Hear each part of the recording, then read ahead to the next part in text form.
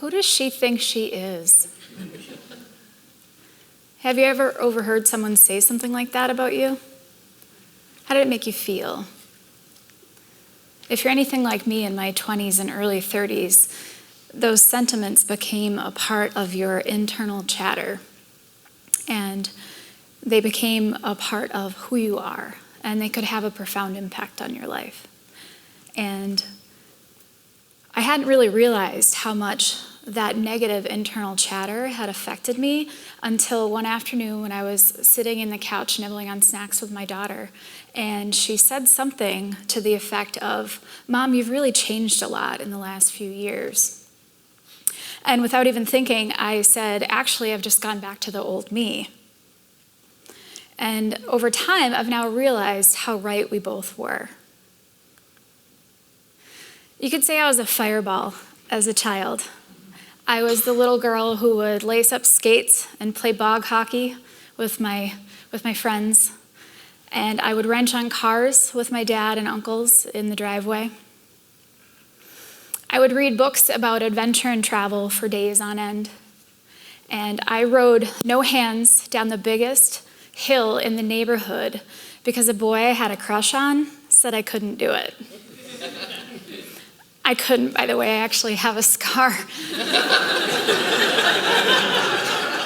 But boy, did I show him.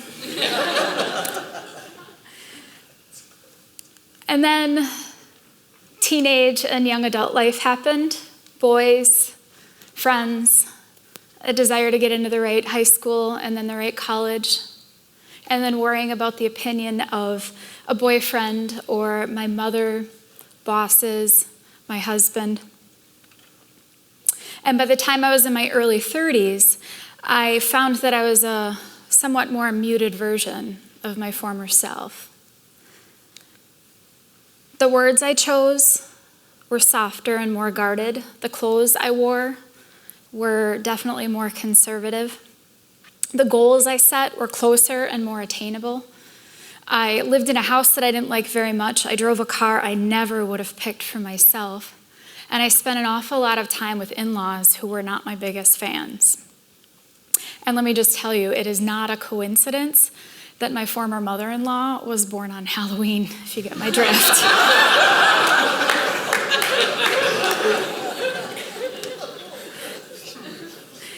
But although, as I tell you this, it sounds like it was a very fast transition, in real life it wasn't. It was a very slow slide. The changes happened very slowly. I was present when that house and the car were purchased. I was present when someone else's white picket fence dream superseded my own dream of traveling the world and living an uncharted life. And my life wasn't bad. It was pretty decent by most people's measure. I had a job that I loved. I had a lot of really good friends. My children were safe and for the most part pretty happy. And things probably would have continued on that way for a very, very long time. Maybe forever. But, and here's a big but, as she is often known to do, fate dealt her cards. And one day, as I was kicking a soccer ball to my then 8-year-old son, my femur snapped like a twig. Yeah. And I thought, my brain said, "Oh, it's just your knee, it popped out of joint." So I pushed it back into place, and I tried to stand on it and realized that I had made a judgment, and definitely an error in judgment, because I couldn't stand up, so I sat down. And in that moment, sitting on the floor, I knew that something very, very big had just happened. So fast forward 24 hours, a helicopter ride, some really phenomenally good drugs, and I had a diagnosis. It was bone cancer. And now over the course of the next month, I learned more and more about the type of bone cancer I had. I had one surgery and then another because the hardware kept failing. And now fast forward 9 months from my diagnosis, and I was unceremoniously canned from a job that I loved and was really good at for no good reason. And I'm going to leave that at that. And now fast forward another 1.5 years. And I've gone through 2 more rounds of really bad surgeries, and I have casts on both legs, and my right leg is in a leg immobilizer. I'm on crutches, and I haven't been able to walk without aids for over 6 months. And as my now ex-husband is dropping me off to physical therapy, I'm about to close the passenger side door on the car, and he looks up at me and says, "I want a divorce." The bottom fell out of my life. My health, finances, family, they were shattered. So when I got home, a friend gave me a ride home, and when I got home, I actually came to the realization that I had no one to drive me the 2 hours each way to my surgeon's office to have my cast cut off a few days later. So I did what any perfectly sane and reasonable person does in that situation. I cut my casts off my own legs, and I pulled on my knee-high, super stiff snowboard boots, and I wore them for 3 days straight until I drove my own damn self to my orthopedic oncologist's office. And by the way, he was, I think, equal parts mortified and also impressed by my ingenuity. So the next 5 years were, and I also want to let you know, this really wasn't a hero moment. I was in full-on survival mode. The fight or flight instinct had kicked in, and I just couldn't flee. I wasn't able to flee. And I now know that the moment that I cut those casts off that afternoon marked a huge turning point in my life. And the next 5 years were really challenging. They were fraught with emotional and financial struggles. My divorce took a couple of years to come through. I was in constant pain, constantly worried about how to keep a roof over our heads. And I was literally and figuratively just trying to put one foot in front of the other, right? Which I can do now in heels, which is awesome. But I had my kids, which meant that homelessness, failure, giving up, laying on the couch and eating bonbons, these were not options. And by now you're probably thinking, wait, we thought we were going to hear like the story of success and about Moxie. You are, we're getting there, I promise. But I do want to take one quick step back and make sure that we're all on the same page about the meaning of Moxie.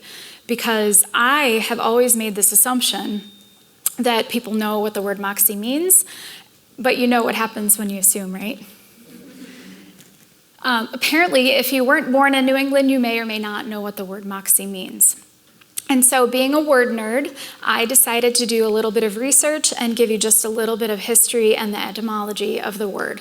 And what I discovered was that the Iban-Yaqui tribe's word, which means dark water, in the late 1800s was used by a company called Moxie, and they made a soft drink that was intended to increase vim and vigor in the person who drank it. It's really an early precursor to today's energy drinks. And by the early 1900s, this drink, this soft drink, the word had become a part of English vernacular. And it was pretty much synonymous with stamina, gumption, guts, and chutzpah. And so that's the definition that we'll use today. Over the years, I had lost my Moxie. I had tucked it under a pillow when my lovers were sleeping. I used it as a bookmark when my mother and I argued. And I buried it very, very deep in my hope chest when, for the umpteenth time, my ex-husband told me how lucky I was to have him in my life. So my Moxie was just laying dormant. But then the cast incident happened, and my Moxie muscles started to twitch a little bit. And around this time, I met other people who'd been through it. And you all know what I mean by that. And around this time, I also started to say yes to more adventures. I went out and I learned how to climb in the Rocky Mountains, despite my absolutely terrifying, paralyzing fear of heights. And I learned how to whitewater kayak out on the Salmon River in Oregon. And I came home actually with my very first tattoo. I hopped on the back of motorcycles or in a friend's boat anytime I wanted to kind of clear out the cobwebs of my mind. And as I did more of this, something started to happen, right? I started to feel more like I did when I was young, naive, and bold. And as I started to feel bolder and more emboldened, I also noticed that my life started to level up. That $12 an hour job, where I was not really scraping by, became a $35,000 a year, almost family-sustaining job, which very quickly led me to the amazing career I have now, where I get the opportunity to inspire tens of thousands of youth every single year and pay my bills on time. And that childhood choose-your-own-adventure style of life that I had always dreamed of, it was coming true. And all around me, I was attracting other people who shared a similar lightness and a passion for chasing their dreams. A few years ago, I bought a house that I like. I custom ordered the Jeep of my young childhood dreams. And just this year, I finally got a passport. And the company that I lead is really reaping the benefits of my boldness as well. The local, regional, and national partnerships that we have right now might very well not have happened if I hadn't learned to trust my voice again. So Brené Brown's talk, The Power of Vulnerability, is one of my favorite talks of all time. And if I hadn't shared this yet, I'm a TED Talk fangirl. Thank you. Thank you. And in that top 10 TED Talk of all time, Brené closes with an incredibly powerful statement. And she says this: when we work from a place, I believe, that says I am enough, then we stop screaming and start listening. We're kinder and gentler to the people around us, and we're kinder and gentler to ourselves. And that was like the sweetest gut punch ever to me. I watched it again and again, and I cried. Having Moxie is not about thinking that you're the bomb. It's not about thinking that you're better than anyone else. It's really about this understanding of your strengths and your weaknesses. It's about understanding your vulnerabilities, but trusting in your gut instincts and your true north.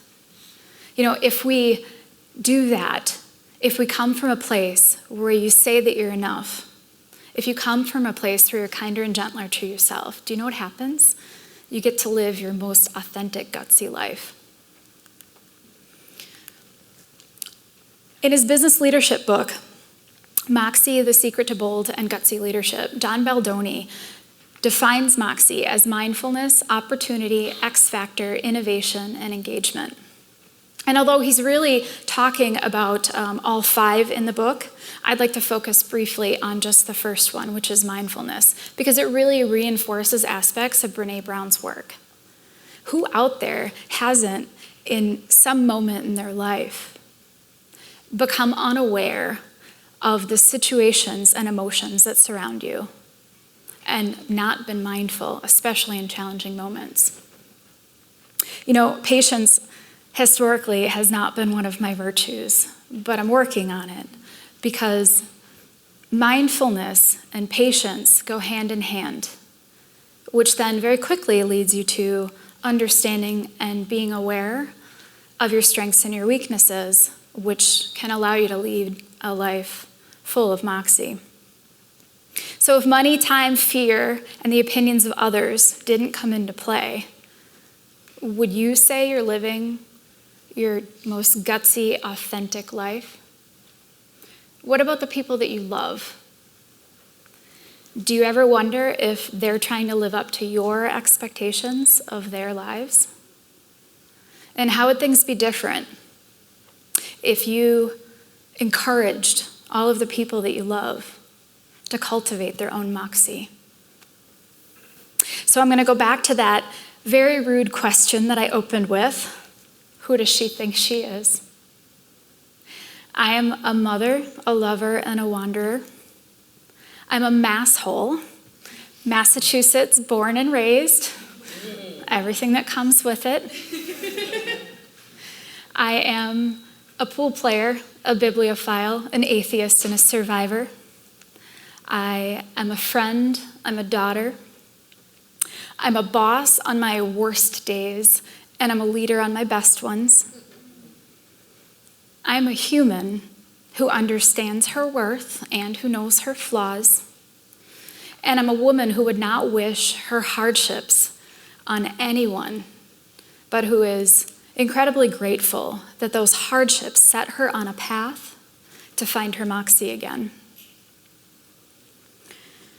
And as I get very close to the end of my talk, I want to do 3 brief things. The first is that I want to celebrate my children. These 2 amazing humans, when I was going through all those trials and tribulations, were right there by my side, which means that they went right there with me. I am so humbled and proud of your successes, and I cannot wait to see where you take your lives next. Next, I want to thank each and every one of you from the bottom of my heart for helping me live out one of my biggest dreams ever. And the last thing is that I actually have a favor to ask of all of you. The next time you overhear someone ask that question about who you think you are, or the next time you ask yourself that question, I want you to take a moment to remember what makes you you. And then I want you to live and speak your truth, because every one of you has at least a little bit of Moxie in you, and this world can do with a bit more Moxie. Thank you.